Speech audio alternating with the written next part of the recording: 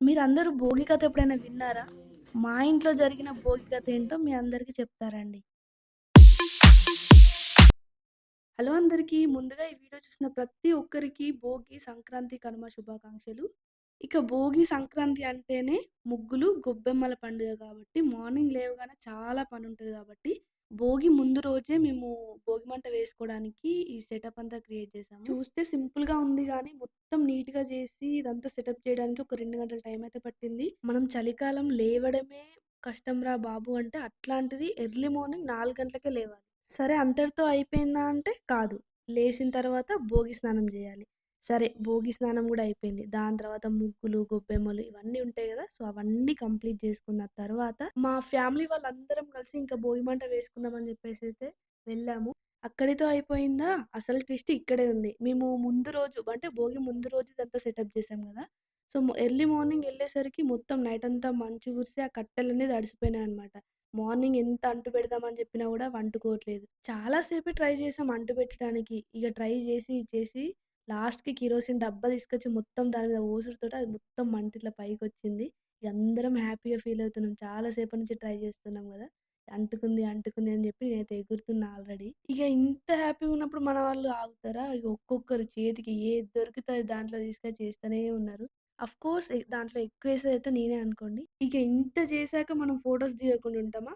ఖతం. Photo shoot start అయిపోయింది. Photos, reels అని, వీడియోస్ అని అబ్బబ్బా! అవన్నీ తీసేసరికి ఒక హాఫ్ అన్ అవర్ పట్టింది. ఇక దాని తర్వాత మా వాళ్ళు డాన్స్ ప్రోగ్రామ్ స్టార్ట్ చేశారు. ఇక్కడ ట్విస్ట్ ఏంది అంటే అసలు ఒకరేమో నా యూట్యూబ్ ఛానెల్ కోసం వీడియో తీస్తున్నారు. ఒకరు రీల్స్ తీస్తున్నారు. ఇంకొకరేమో అన్నీ అందిస్తున్నారనమాట. ఇక లాస్ట్‌కి మిగిలింది ఆరుగురం. మాకు ఒకరి చేతులు ఒకరికి అందక చేతులన్నీ మంటలు.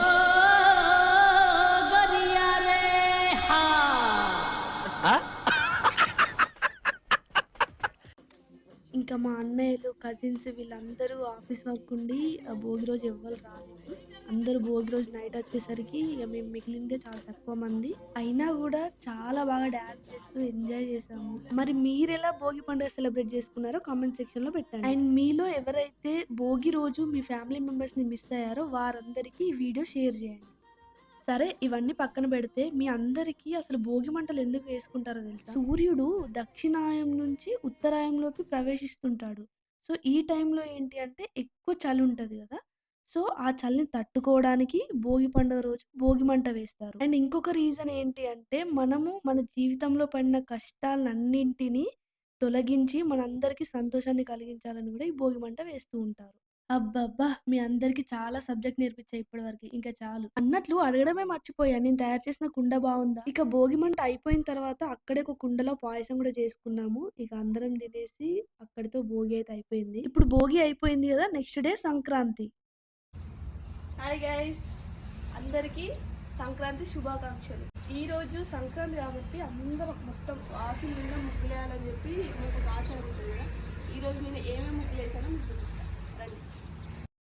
ఇది నేను గిరకతో వేసిన ముగ్గనమాట. మా ఇంటి ముందు మొత్తం గచ్చుండేసరికి నేను వేసిన వైట్ పిండికి అసలు ఏం కనిపియట్లేదు.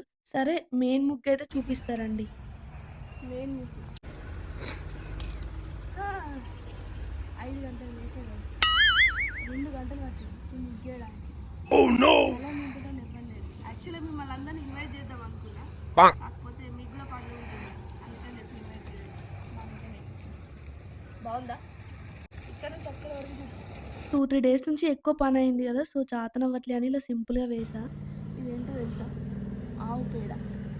గొబ్బెమ్మలు చేయడం గూడా అయిపోయింది. ఇక్కడ వీడియో తీస్తుంది మా అన్న. ఇది గరక పూస. నా కెమెరామాన్. ఇగో ఇదే వాడు. పిండి పువ్వు.